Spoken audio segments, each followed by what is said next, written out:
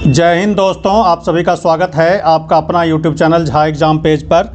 दोस्तों, आज के इस वीडियो में हम बजट पर बात करेंगे और आने वाला जो एग्ज़ाम है, जो फरवरी में आपके दो एग्ज़ाम हैं जो बहुत ही इम्पॉर्टेंट हैं, एक SSC GD का और एक UP पुलिस का। इन दोनों एग्ज़ाम में करंट अफेयर्स में आम बजट से ज़रूर पूछेगा। तो आम बजट पर आधारित कुछ क्वेश्चन जो कल अंतरिम बजट पेश हुआ है उसके कुछ मुख्य बिंदु लेकर के हम आए हैं, उसको आप ज़रूर पढ़ लेना, ज़रूर देख लेना। इससे क्वेश्चन बनता है और पेपर में पूछा जाएगा आपसे। तो हम एक एक करके इसको देखेंगे तो बजट को समझेंगे। तो ध्यान रहे कि ये अंतरिम बजट है। अंतरिम बजट के बारे में हम बात करेंगे आज। कहता है बजट जो है ये फ्रेंच भाषा का एक शब्द है। ये बजट क्या है? फ्रेंच भाषा का एक शब्द है जो बॉजेट से आया है। ये फ्रेंच भाषा का एक शब्द है जिसका मतलब होता है चमड़े का थैला। इसका क्या मतलब होता है? चमड़े का थैला। तो पहली बार जब बजट पेश किया गया था तो एक चमड़े के थैले से लिखा हुआ कुछ पेपर निकाला गया था, तो इसलिए उसका नाम ही बजट पड़ गया। तो बजट का मतलब होता है चमड़े का थैला, उसी से निकाला हुआ जो पढ़ा जाता है बजट भाषण में। अब आता है संविधान के अनुच्छेद 112 में, अनुच्छेद 112 याद रखना आप, संविधान के कौन से अनुच्छेद में बजट का वर्णन है? तो अनुच्छेद 112 में आम बजट का वर्णन है कि एक वित्तीय वर्ष में सरकार की आय व्यय का लेखा जोखा होता है। ये बजट एक साल में सरकार कितना खर्चा करती है, कितना इनकम है सरकार का, उसका लेखा जोखा होता है। ये संविधान के अनुच्छेद 112 में दिया गया है बजट के बारे में। और स्वतंत्र भारत में पहला बजट जो है 1947 में पेश हुआ था, याद रखेंगे। पहला आम बजट स्वतंत्र भारत में 1947 में।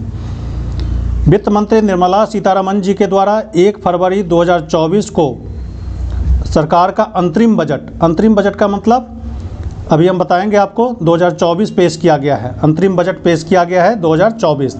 अंतरिम बजट का मतलब होता है कि चुनावी वर्ष में, इस साल चुनाव होने वाला है, आम सभा चुनाव है, लोकसभा का चुनाव है, आम चुनाव है ये। इस चुनावी वर्ष में सरकार जब तक चुने जाने तक थोड़े समय के लिए सरकारी खर्चों और राजस्व ब्यौरा होता है इसमें, अर्थात ये पूर्ण बजट नहीं है।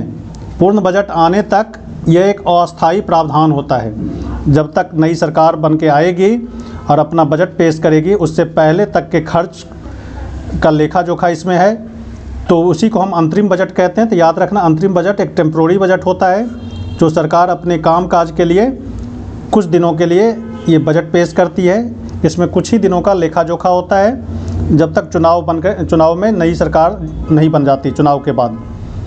आगे है वित्त मंत्री निर्मला सीतारमण जी, जो हमारे वित्त मंत्री हैं, उनका कहना है सरकार 2047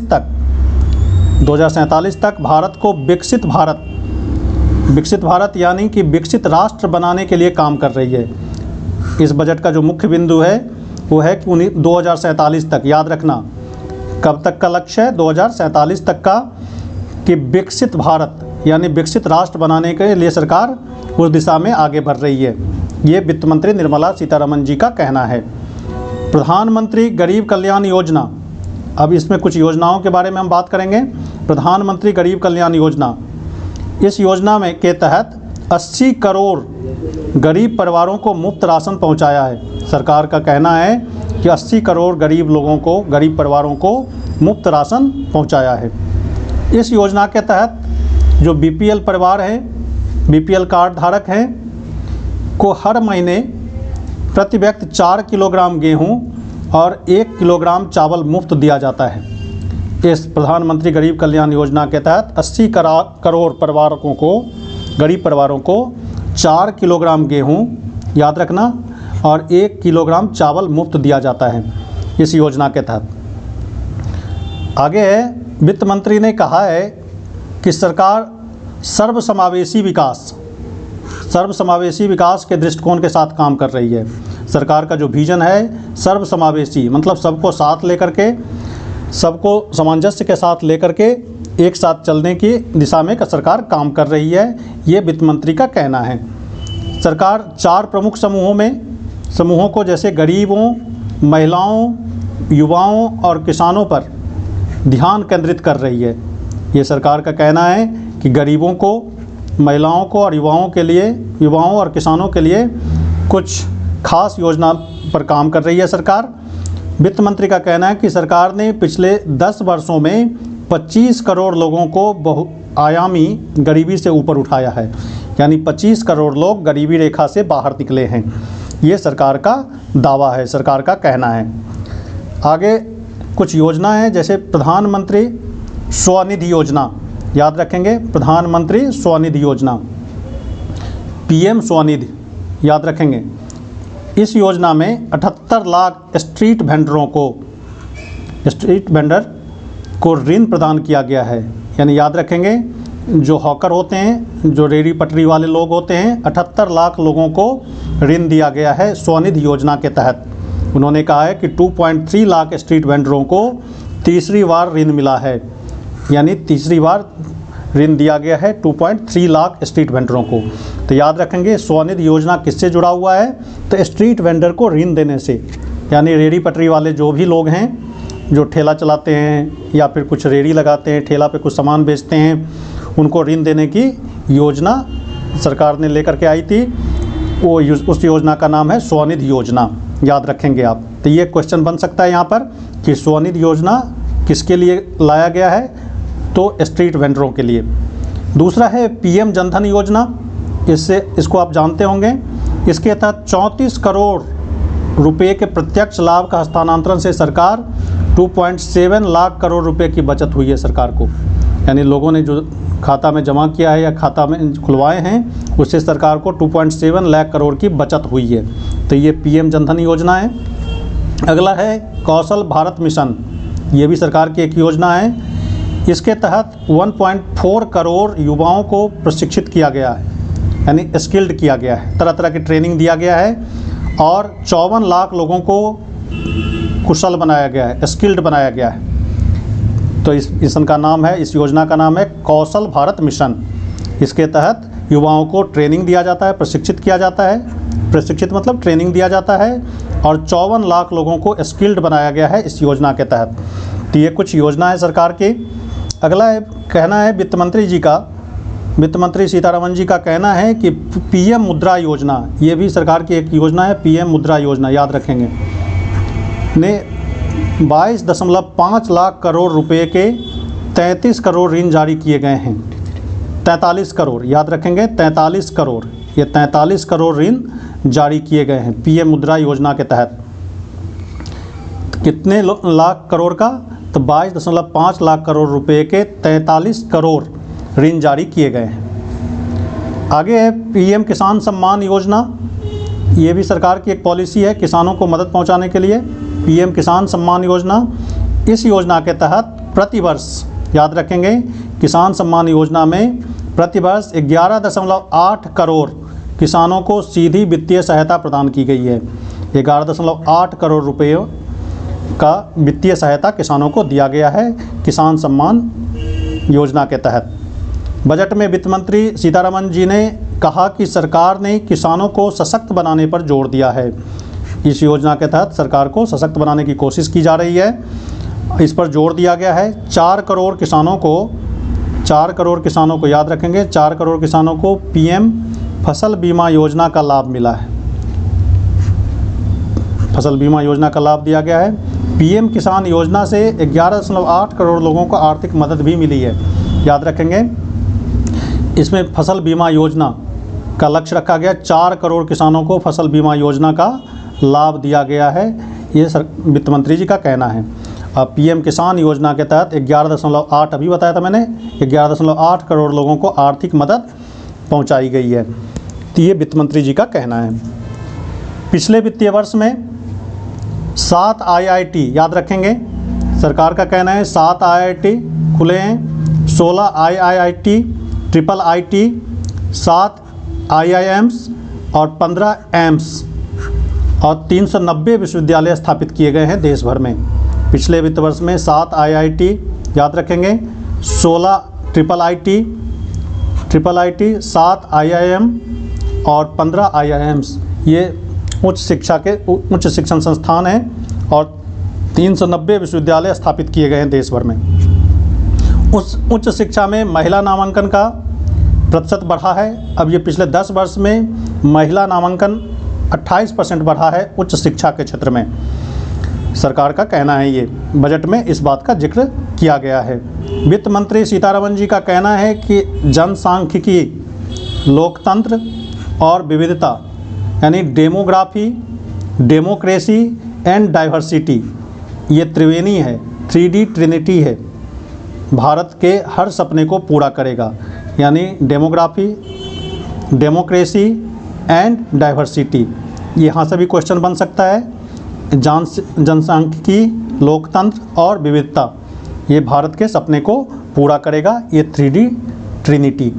आगे है प्रधानमंत्री आवास योजना के बारे में। तो प्रधानमंत्री आवास योजना कोरोना के चुनौतियों के बावजूद ग्रामीण क्षेत्र के 3 करोड़ घरों को बनाने का लक्ष्य रखा सरकार ने और उस लक्ष्य को हासिल कर लिया। तो प्रधानमंत्री आवास योजना के तहत कोरोना के चुनौती के बावजूद ग्रामीण क्षेत्र में 3 करोड़ घरों को बनाने का लक्ष्य सरकार ने प्राप्त कर लिया है। जो लक्ष्य रखा था उसको प्राप्त कर लिया है। अगले 5 वर्षों में सरकार का लक्ष्य है कि 2 करोड़ और नए घर बनाए जाएंगे। इस काम को सरकार पूरा करेगी। देश में 1 करोड़ घरों को सौर ऊर्जा के जरिए 300 यूनिट बिजली मुफ्त दी जाएगी। सौर ऊर्जा संयंत्र लगाए जा रहे हैं और 300 यूनिट तक मुफ्त बिजली सरकार पहुंचाएगी 1 करोड़ घरों में। याद रखेंगे, 1 करोड़ घरों में 300 यूनिट सौर बिजली मुफ्त दी जाएगी। इस बार के बजट में रक्षा खर्च को 11.1% तक बढ़ाने की बात कही गई है। अब रक्षा बजट कितना हो जाएगा? 11.1%। हालांकि इसका बड़ा हिस्सा पेंशन और सैलरी के लिए होगा। जो रिटायर्ड ऑफिसर्स होते हैं उसके पेंशन और सैलरी पर इसका कुछ हिस्सा खर्च किया जाएगा। रक्षा बजट को बढ़ाया गया है।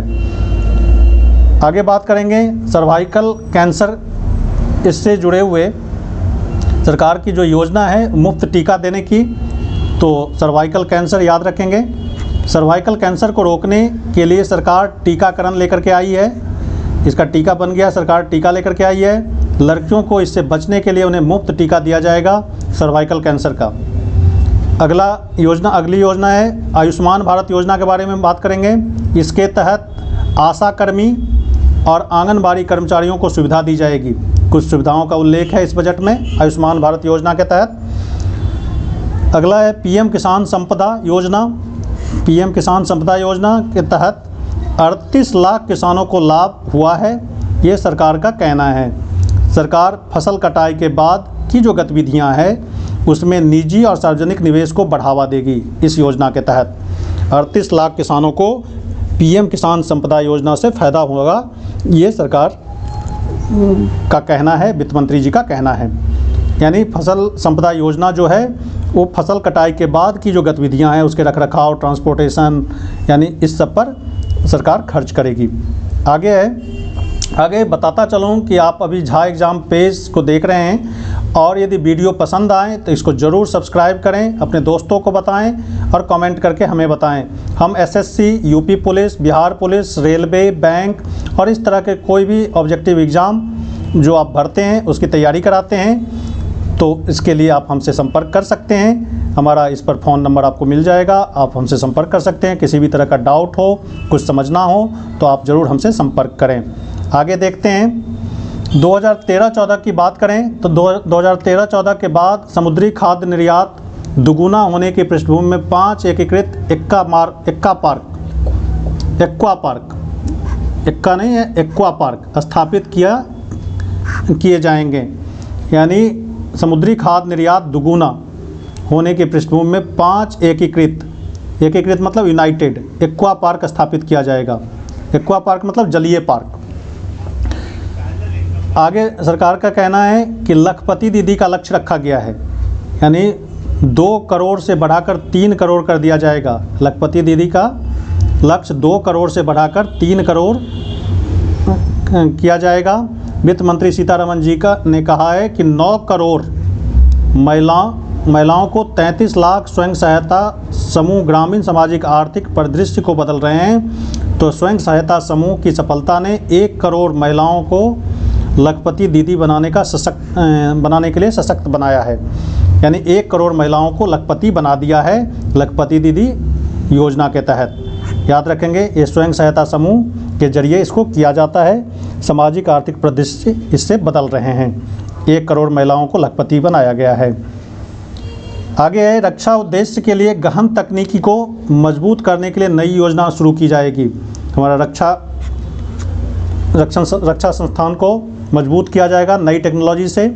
इस पर काम किया जाएगा, सरकार ने इसकी घोषणा की है।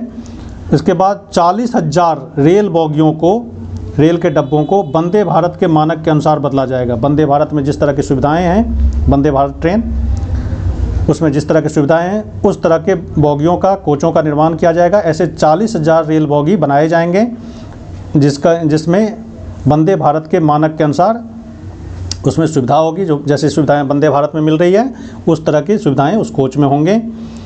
आगे है, सरकार अगले वित्त वर्ष में बुनियादी ढांचों के निर्माण में 11.11 करोड़ रुपए के खर्च करेगी। बेसिक इंफ्रास्ट्रक्चर पर सरकार 11.11 करोड़ रुपया सरकार खर्च करेगी। आगे है, वित्त वर्ष 2025 में बुनियादी ढांचा व्यय सकल घरेलू उत्पाद का 3.4 होने का अनुमान है। यानी बेसिक इंफ्रास्ट्रक्चर पर कुल जीडीपी का 3.4% सरकार बेसिक इंफ्रास्ट्रक्चर पर खर्चा करेगी, ऐसा सरकार का कहना है। आगे है, 2030 तक 100 मिलियन टन की कोयला, ये टन लिखा हुआ है, 100 मिलियन टन की कोयला गैसीकरण और द्रवीकरण क्षमता स्थापित की जाएगी। 2030 तक 100 मिलियन टन की कोयला गैसीकरण और द्रवीकरण क्षमता स्थापित की जाएगी। इलेक्ट्रॉनिक बसों यानी ई बसों को अधिकाधिक अपनाने की प्रोत्साहित किया जाएगा। इलेक्ट्रॉनिक बस को प्रोत्साहित किया जाएगा। बायो मैन्युफैक्चरिंग और बायो फाउंड्री की नई योजना शुरू की जाएगी, ये सरकार का कहना है। ऐसी योजना बनाई गई है, बायो मैन्युफैक्चरिंग और बायो फाउंड्री। राज्य सरकार द्वारा मील के पत्थर से जुड़े सुधारों के लिए 50 वार्षिक ब्याज मुक्त ऋण के रूप में 75,000 करोड़ रुपए का प्रावधान किया जाएगा। सरकार का ऐसा कहना है कि 75,000 करोड़ रुपए का योजना लेकर के आएगी, जो ब्याज मुक्त ऋण के रूप में दिया जाएगा। आगे है, प्रत्यक्ष और अप्रत्यक्ष कर ढांचे में कोई बदलाव नहीं किया गया है। यानी डायरेक्ट और इनडायरेक्ट टैक्स का जो स्लैब है वो पूर्ववत है, इसमें कोई बदलाव नहीं किया गया है। प्रत्यक्ष कर और अप्रत्यक्ष कर के ढांचे में किसी भी तरह का बदलाव नहीं किया गया है। मतलब कर के मामले में जो टैक्स पहले से चला आ रहा था वही टैक्स का प्रावधान इस अंतरिम बजट में किया गया है। निर्मला सीतारमण ने अपने बजट भाषण के दौरान आयकर को लेकर भी किसी तरह की नई घोषणा नहीं की है। इनकम टैक्स को लेकर के जो लोग इनकम टैक्स भर रहे हैं उनके लिए वही पुराना स्लैब चलेगा, उसके लिए कोई नई योजना घोषित नहीं की गई है और पुराना ही स्लैब से टैक्स लिया जाएगा। यानी इनकम टैक्स का स्लैब वही रहेगा जो पहले था, 2023 में था, वही 2024 में रहेगा। इस स्लैब में, इनकम टैक्स के स्लैब में कोई बदलाव नहीं किया गया है। सरकार व्यक्तिगत करदाताओं के लिए वित्त वर्ष 2010 तक लंबित 25,000 रुपये तक की प्रत्यक्ष मांगों को वापस ले लेगी, ये भी सरकार का कहना है। आगे है, आगे बताता चलूँ, कुछ वन लाइनर क्वेश्चन है जो एग्ज़ाम में आते हैं। जो जानकारी हमने बताई है उसी पर बेस्ट कुछ बजट से जुड़ा हुआ है। ये स्टैटिक जीके है, तो इस जीके को हम देखेंगे। स्टैटिक जीके उसको जो पहले से आ रहा है जीके, जो बदलता नहीं, उसी के बारे में जो पेपर में आता है, इम्पॉर्टेंट है, इसको देखें।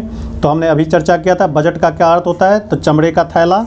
बजट का क्या अर्थ मतलब होता है, चमड़े का थैला। बजट शब्द की उत्पत्ति किस भाषा से हुई है, तो ये लैटिन भाषा का शब्द है बजट, याद रखेंगे। भारत में पहला बजट 18 फरवरी 1860 को किसने पेश किया था। भारत में पहला बजट ईस्ट इंडिया कंपनी के जेम्स विल्सन ने पहला बजट पेश किया था, याद रखेंगे। पहला बजट 1860 में पेश किया गया था अंग्रेजी हुकूमत के द्वारा, 18 फरवरी, याद रखने। और ये कौन पेश किया था, ईस्ट इंडिया कंपनी के जेम्स विल्सन ने। भारत में पहला बजट कब पेश किया गया था, तो वही क्वेश्चन है, 18 फरवरी 1860 को जेम्स विल्सन ने पेश किया था। आगे है, भारत में बजट प्रणाली की शुरुआत किस वायसराय के कार्यकाल के दौरान की गई थी, तो ये लॉर्ड कैनिंग, याद रखेंगे। बजट प्रणाली की शुरुआत लॉर्ड कैनिंग ने की थी, याद रखेंगे। भारत संविधान में बजट शब्द के जगह का प्रयोग हुआ है। संविधान में बजट शब्द के जगह क्या प्रयोग हुआ है? तो वार्षिक वित्तीय विवरण। अब बजट को हम क्या कहते हैं? वार्षिक वित्तीय विवरण। पहले बजट कहा जाता था, आजकल हम इसे वार्षिक वित्तीय विवरण के नाम से भी इसे जाना जाता है। वार्षिक वित्तीय विवरण का प्रावधान भारतीय संविधान के किस अनुच्छेद में है? तभी बताया था बजट के बारे में 112 में है, तो अनुच्छेद 112 याद रखना। वार्षिक वित्तीय विवरण बोलें या फिर भारतीय बजट, आम बजट जो बोलते हैं, तो अनुच्छेद 112 में है। भारत के केंद्रीय बजट और रेल बजट किस वर्ष विलय कर दिया गया? तो 2017 में। पहले आम बजट अलग होता था, यानी केंद्रीय बजट अलग होता था और रेल बजट अलग से पेश किए जाते थे। और 2017 में दोनों को मर्ज कर दिया गया है, दोनों को मिला करके एक कर दिया गया है। आगे देखते हैं कौन सा मंत्रालय बजट तैयार करता है। याद रखें कौन सा मंत्रालय बजट तैयार करता है। तो आपको पता है कि बजट किससे जुड़ा हुआ है? वित्त मंत्रालय से। तो वित्त मंत्रालय क्या करता है? बजट तैयार करता है और पेश करता है। स्वतंत्र भारत का पहला बजट किसने पेश किया था? जब देश आज़ाद हो गया 1947 में, तो पहला बजट 1947 में ही पेश किया गया था। किसने? आर.के. षणमुखचेट्टी ने। याद रखेंगे पहला बजट जो पेश किया गया था तो आर.के. षणमुखचेट्टी ने, इनका नाम याद रखेंगे, आर.के. षणमुखचेट्टी। स्वतंत्र भारत का पहला बजट आर.के. षणमुखचेट्टी ने कब पेश किया था? तो 26 नवंबर 1947। पहला आम बजट 26 नवंबर 1947 को पेश किया गया था। कौन सा बजट भारत का पहला पेपरलेस बजट प्रस्तुति है? तो 21-22 का। 21-22 का जो बजट है वो पेपरलेस है। पेपरलेस कहने का मतलब कि पहले लिख करके भाषण दिया जाता था, पेपर पे आता था। आजकल सारा कुछ डिजिटल हो गया है, तो डिजिटल बजट है ये। संसद में कितनी बार पेपरलेस बजट पेश किया गया? तो संसद में अभी तक 4 बार पेपरलेस बजट पेश किया गया, याद रखेंगे। भारत की पहली पूर्णकालिक महिला वित्त मंत्री कौन हैं? तो निर्मला सीतारमन। याद रखेंगे पूर्णकालिक मतलब पूरे 5 साल के लिए। तो पहली पूर्णकालिक महिला वित्त मंत्री निर्मला सीतारमन जी हैं। भारत की पहली महिला वित्त मंत्री कौन थी? याद रखें पहली महिला वित्त मंत्री तो श्रीमती इंदिरा गांधी। याद रखें भारत की पहली महिला वित्त मंत्री श्रीमती इंदिरा गांधी। आगे है लगातार 6ठी बार बजट पेश करने वाली पहली महिला वित्त मंत्री कौन बनी है? तो ये निर्मला सीतारमन। याद रखें श्रीमती सीतारमन, निर्मला सीतारमन ये 6 बार ये बजट पेश कर चुकी हैं। ये पहली महिला वित्त मंत्री हैं जो लगातार 6 बार बजट पेश करी हैं। किसने भारत में सबसे लंबा आम बजट भाषण दिया है? तो सबसे लंबा बजट भाषण निर्मला सीतारमन जी का। ये बजट भाषण सबसे लंबा। किसने भारत में सबसे लंबा बजट भाषण दिया है? निर्मला सीतारमन। भारत में कितने प्रधानमंत्री ने प्रधानमंत्री रहते हुए बजट पेश किया है? तो 3। याद रखेंगे भारत में कितने प्रधानमंत्री रहते हुए बजट पेश किया है? 3। ये प्रधानमंत्री हैं जवाहरलाल नेहरू, स्वर्गीय राजीव गांधी और श्रीमती इंदिरा गांधी, स्वर्गीय श्रीमती इंदिरा गांधी। ये 3 प्रधानमंत्री ऐसे हैं जो प्रधानमंत्री रहते हुए बजट पेश किए हैं। और इसके अलावा जितने भी बजट पेश हुए हैं वो वित्त मंत्री जी पेश किए हैं। तो यानी इनके समय में वित्त मंत्रालय इन्हीं के अंदर में था, इसलिए इन्होंने बजट पेश किया। तो सबसे पहला नाम आता जवाहरलाल नेहरू जी का। ये प्रधानमंत्री के पद पर रहते हुए बजट पेश किया था। फिर राजीव गांधी और इंदिरा गांधी। आगे है गणतंत्र भारत का पहला बजट किसने पेश किया था? तो गणतंत्र भारत का पहला बजट किसने पेश किया था? तो जॉन मथाई ने। याद रखेंगे पहला बजट 1947 में जो पेश किया गया था, जॉन मथाई ने। गणतंत्र भारत का पहला बजट कब पेश किया गया था? जब देश में गणतंत्र लागू हो गया, मतलब संविधान लागू हो गया। उसके बाद पहला बजट 28 फरवरी 1950 को पेश किया गया था। आपको पता है कि 26 जनवरी 1950 को हमारा देश पूर्ण रूप से गणतंत्र हो गया था। इसके बाद 28 फरवरी 1950 को पहला आम बजट पेश किया गया था। और किसने पेश किया था? तो जॉन मथाई ने। तो गणतंत्र भारत का पहला वित्त मंत्री जॉन मथाई थे। सबसे अधिक बार बजट पेश करने का रिकॉर्ड किसके पास है? किस नेता के पास? याद रखेंगे, मोरारजी देसाई। इन्होंने 10 बार बजट पेश किए थे। तो सबसे अधिक बजट पेश करने का रिकॉर्ड मोरारजी देसाई जी के पास है। 2017 से पहले बजट को किस तिथि को पेश किया जाता था? तो फरवरी के अंत में, यानी फरवरी के अंतिम सप्ताह में पेश किया जाता था। 2017 से पहले बजट को किस तिथि को पेश किया जाता था? तो फरवरी के अंतिम सप्ताह में पेश किया जाता था। अंतरिम बजट को क्या कहा जाता है? तो याद रखेंगे, मिनी बजट या वोट ऑन अकाउंट भी कहा जाता है। तो अंतरिम बजट को मिनी बजट भी कहा जाता है, छोटा बजट, और वोट ऑन अकाउंट भी कहा जाता है। तो ये कुछ जानकारी इस बजट को लेकर के था, तो आप ज़रूर इसको देखें। और चैनल को सब्सक्राइब नहीं किए हो तो चैनल को ज़रूर सब्सक्राइब कर लेना और कमेंट करके हमें बताना। तब तक आप अगले वीडियो का इंतज़ार कीजिए। Thank you very much.